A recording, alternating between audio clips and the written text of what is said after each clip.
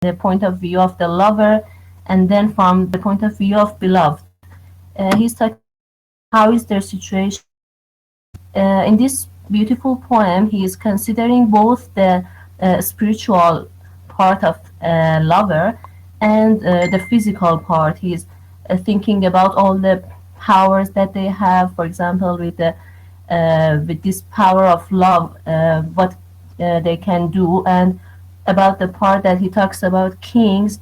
He's actually saying that they both have this power, and how they are using it, it is the matter here. And he's saying that somehow maybe uh, the let's say the beloved can be the victim of this story, when some other people have the control over the other people. And we can see that he's not considering the gender of the people here. He's just talking about their attitude or their status here. And again, he says that, for example, which of the two should be above. It means which of these two people should be in this place, maybe the place of love. Excuse me, what are the traits that may distinguish these people from each other? So just a person with good nature and a person with passion. So how does he, conceptualizes these two traits? Goodness and passion. So do you think that from his point of view, passion is a negative trait and good nature what is positive? So what is your idea about this? Uh, well, I suppose he's maybe it means some people have good intentions, even by loving other people, even by having control over them. They have this good nature, but passion for this love, sometimes maybe we have it in psychology that they say when a person is truly in love, and he or she loves other people without thinking, without his logic, it is something bad and it will tend to the bad way. Maybe, I'm not sure, it's talking about this passion which So, will but historicized, drive. the term passion. You should go back to the ideological discourse of sexuality in the Renaissance. That would, compare the meaning of passion, positively with that of lust and we can say sexual desire. So here we can just take that word passion in its negative meaning. So that is why we should compare them together. And it says, good nature now and passion strive. Which of the two should be above, and laws unto the other give. So that is, so here we have an ambivalent, statement of which of the two should be above. So what does two mean actually? Is it a reference to good nature and passion, or a reference to the lover and the beloved?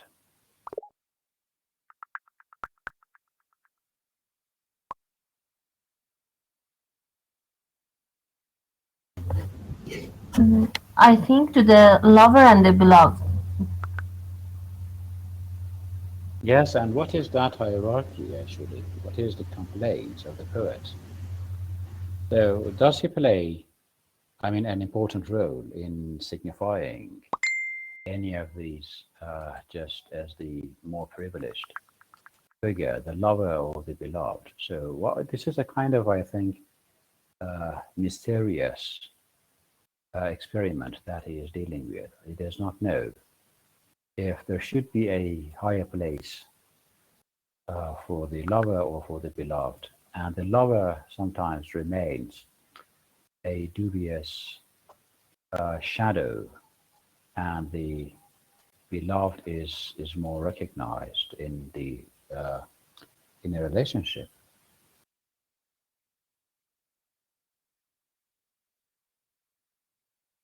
Sir, I'm really sorry, but I didn't understand why you said here passion is negative. Your voice was having some, I don't know, parasites, and I couldn't understand it well. Could you explain it one more time, please? Yes, I said it was a.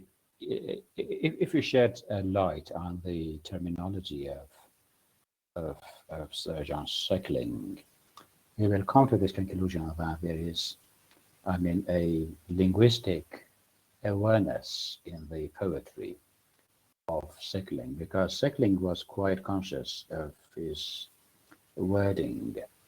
So the word choice that he employs is absolutely delicate enough to give us the signal of negativity of some ideas. And it was in the Renaissance, in the Renaissance discourse of sexuality, that desire could be synonymous with passion.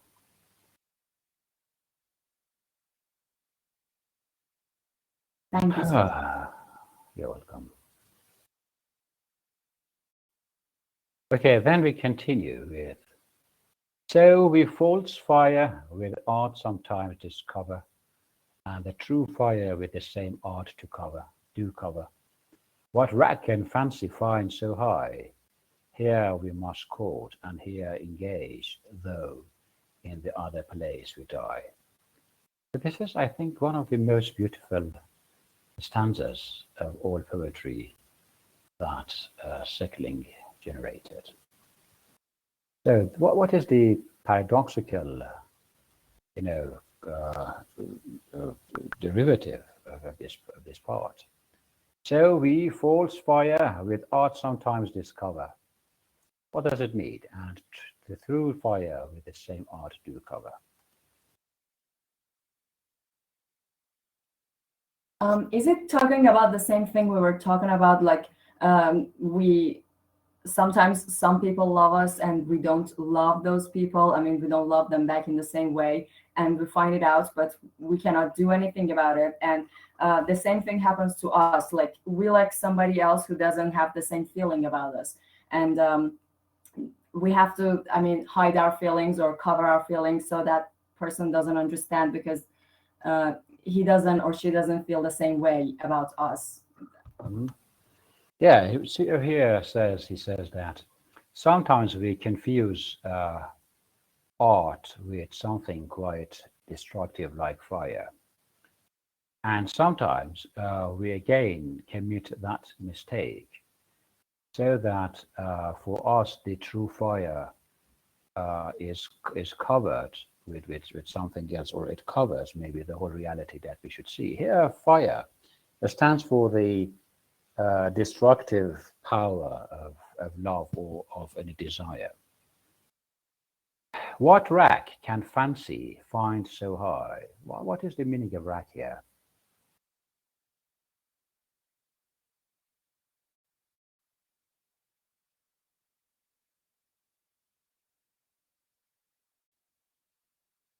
What does rack mean?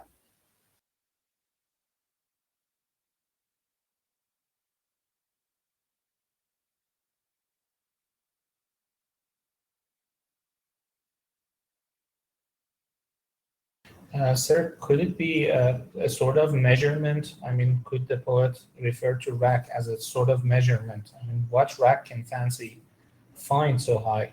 So, Yes, it is. Of course, it is related to a place actually.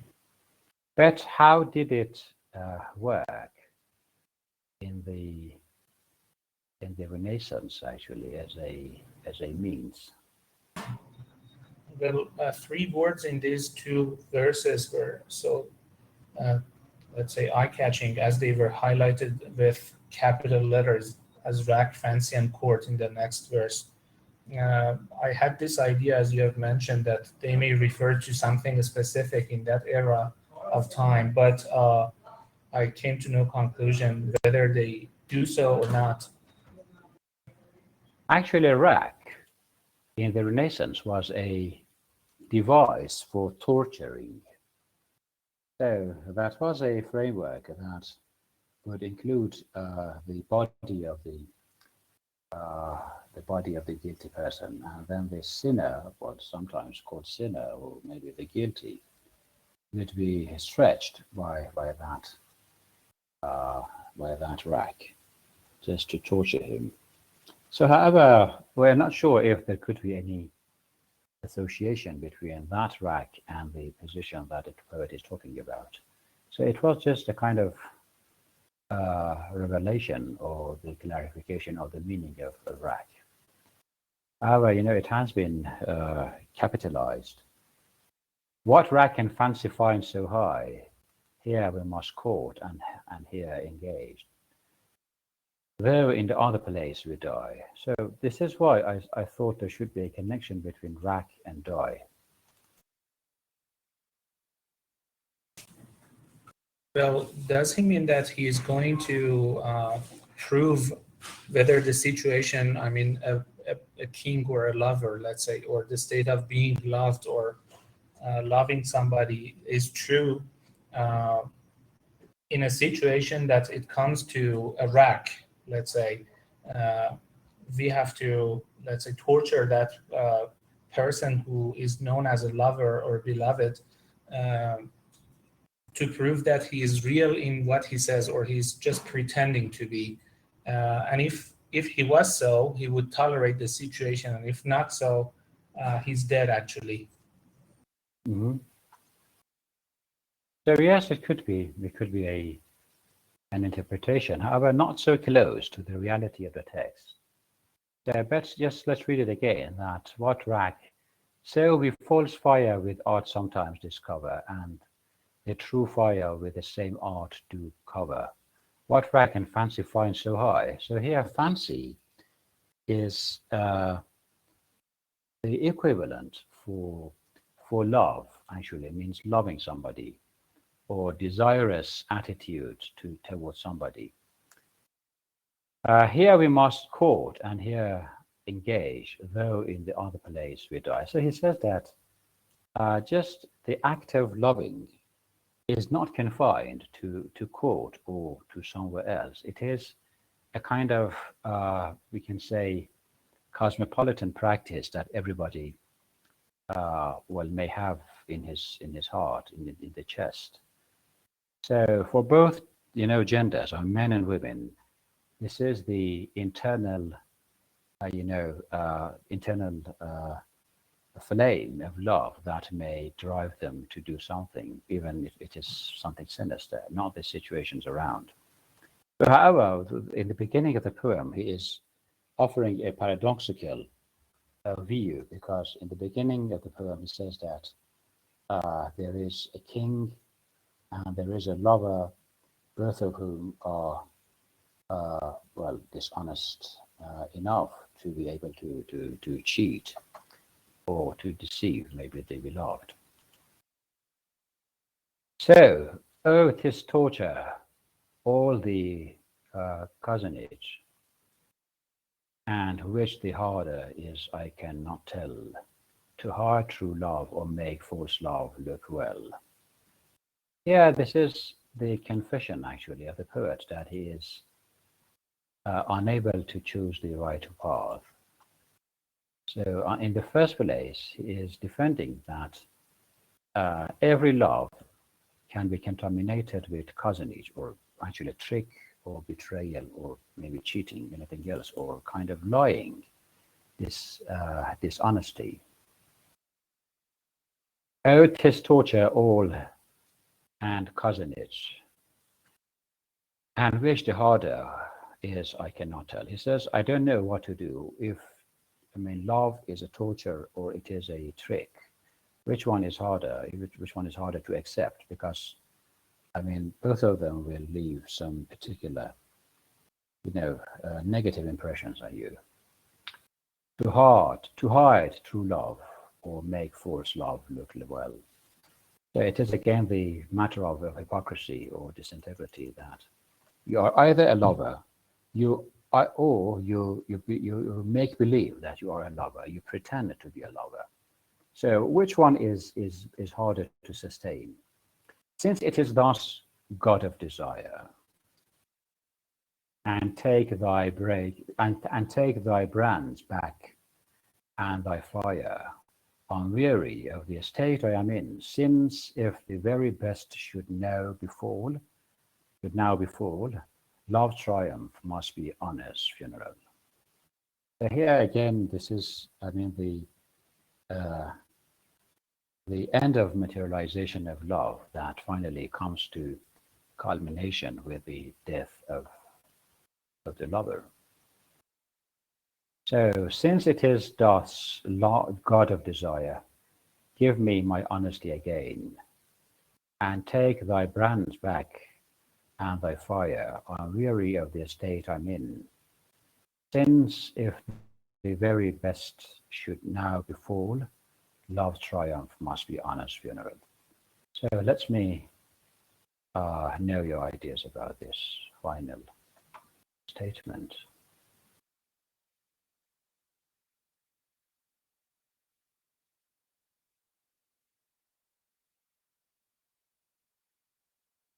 So the greatest, I think, derivative or connotation that you may extract from this part of the poem is that the poet is not hopeful that everything will be on right track. So definitely he is suffering from a sense of darkness or ambiguity that may, undermine the brilliance of his future. So what is your idea about this? How does the death of the lover, help his salvation?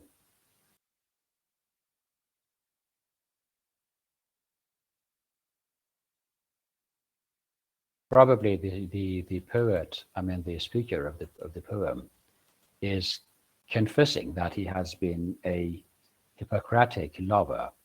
Probably he did not love the person who pretended to love. Maybe he was in love with somebody else, because the expediency of love, or maybe any other condition that had given rise to that sense of hypocrisy, could stand in the way of his honesty.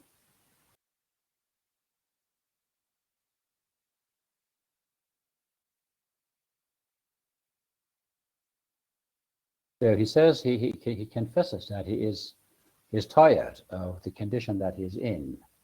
Since means because.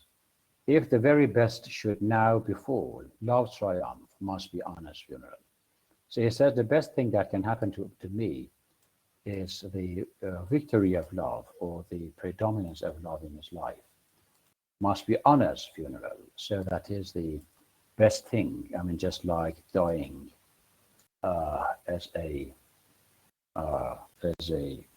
honorous, actually, an honorous maybe condition, that somebody should devote his life and sacrifice his soul for true love. Otherwise, he has been maybe practicing hypocrisy that is, well, actually condemned by the poet. Excuse me, sir. We have Yes. such a state in our own literature as well. It is said that a true lover never nag about the situation he suffers from. From all the things come from the beloved, even if it leads to the death of the lover. So could it be the same state that in the last 2 or 3 verses the poet states that since if the very best should now befall, love's triumph must be honor's funeral. Does it have the same statement? Well, it could be the same intertextual property that may relate to that poet. I mean, this poet to that Persian maybe sample that you are talking about. Yes, I mean, the thing that the poet offers here is that honesty in love is the best policy, even if it is to be so fatal that the life of the poet is jeopardized. Okay, this is the end of our discussion today, and I do ask you, all of you, to come to class next